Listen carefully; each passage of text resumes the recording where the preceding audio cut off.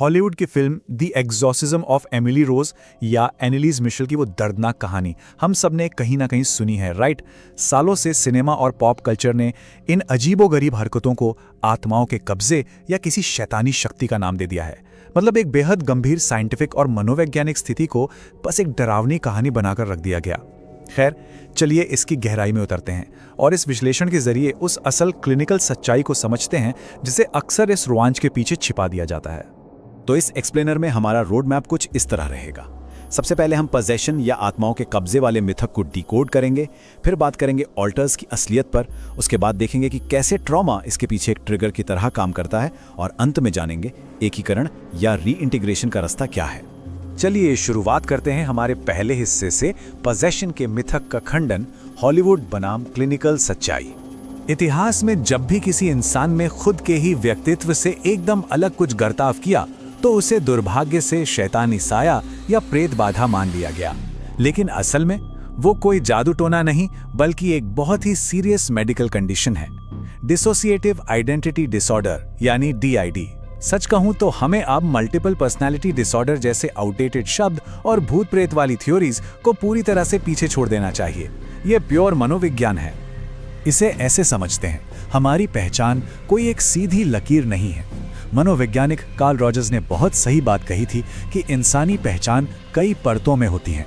मतलब हम असल में क्या हैं, हम खुद को क्या समझते हैं और हम क्या बनना चाहते हैं। हम सभी में ये परतें एक साथ मिलकर काम करती हैं। लेकिन DID के मरीजों के साथ क्या होता है? भारी मेंटल स्ट्रेस और ट्रॉमा के कारण उनकी यही परतें टूट जाती हैं और पूरी तरह से अलग अलग व्यक्तित्वों में बदल जाती हैं। और यहीं से हम आते हैं दूसरे हिस्से पर, ऑल्टर्स की सच्चाई, एक खंडित मन। जब किसी इंसान का दिमाग इस तरह से अलग अलग परतों में टूटता है तो साइंस की भाषा में इन अलग व्यक्तित्वों को ऑल्टर्स कहा जाता है। और ये बहुत ही स्पष्ट रूप से दर्शाता है कि कैसे एक ही दिमाग में कई अलग अलग लोग रह सकते हैं। आमतौर पर एक होस्ट होता है जो शरीर में सबसे ज्यादा टाइम बिताता है, लेकिन किम नोबल जैसे रियल लाइफ मामलों को देखें तो सिचुएशन बिल्कुल पलट जाती है। उनके केस में उनका असली व्यक्तित्व पीछे रह गया और पैट्रिशिया नाम का एक ऑल्टर ही उनकी मुख्य पहचान बन गया, जो अब उनकी बेटी की देखभाल करती है ना चौंकाने वाला। अब जरा उस मरीज के नजरिए से सोचिए, ये कितनी भयानक रियलिटी है। किम नोबल के मामले में ही 100 से ज्यादा अलग अलग ऑल्टर्स हैं। सोचिए, एक ऑल्टर का नाम जूडी है, किसी का जूली। एक बार किम ड्राइविंग कर रही थी और अचानक 15 साल की जूली वाले ऑल्टर ने कंट्रोल ले लिया और एक भयानक एक्सीडेंट हो गया। सबसे डरावनी बात यह है कि मरीजों को अक्सर पता ही नहीं होता कि उनके अंदर अलग अलग ऑल्टर्स हैं। उन्हें बस इतना महसूस होता है कि उनकी याददाश्त गायब हो रही है।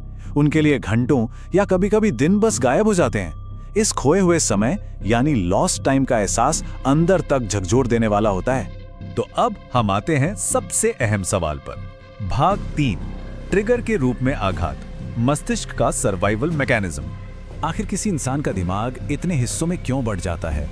इसका जवाब एक बहुत ही दुखद आंकड़े में छिपा है, 90%। जी हाँ, अमेरिका और यूरोप के क्लिनिकल डेटा से पता चलता है कि लगभग 90% DID के मामले बचपन के गंभीर आघात से जुड़े होते हैं।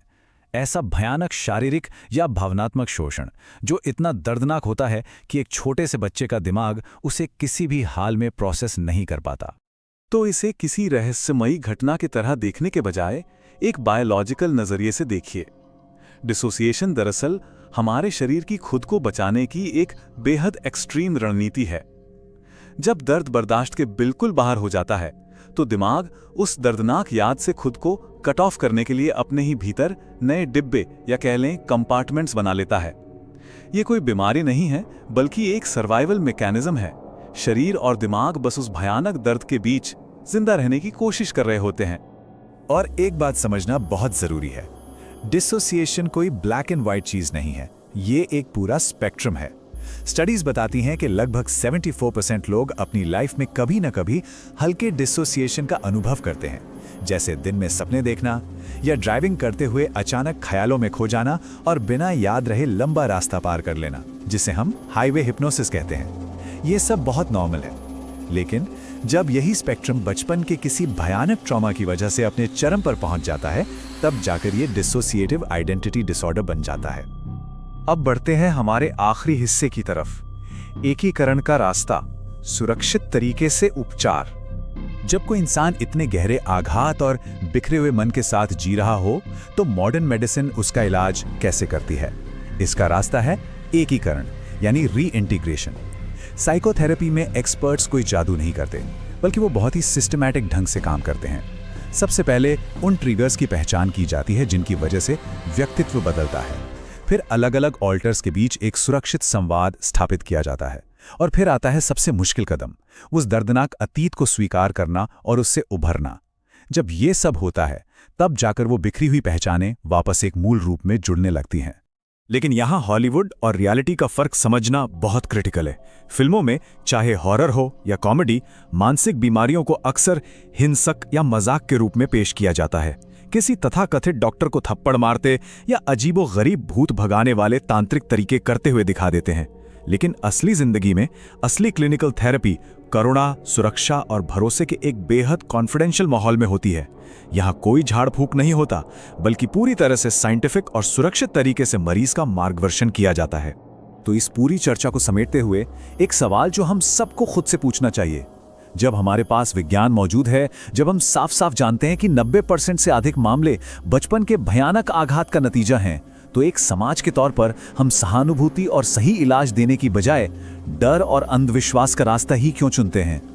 अब वक्त आ गया है कि हम मानसिक स्वास्थ्य से जुड़े कलंक को मिटाएं और डरावनी कहानियों से आगे बढ़कर विज्ञान और करुणा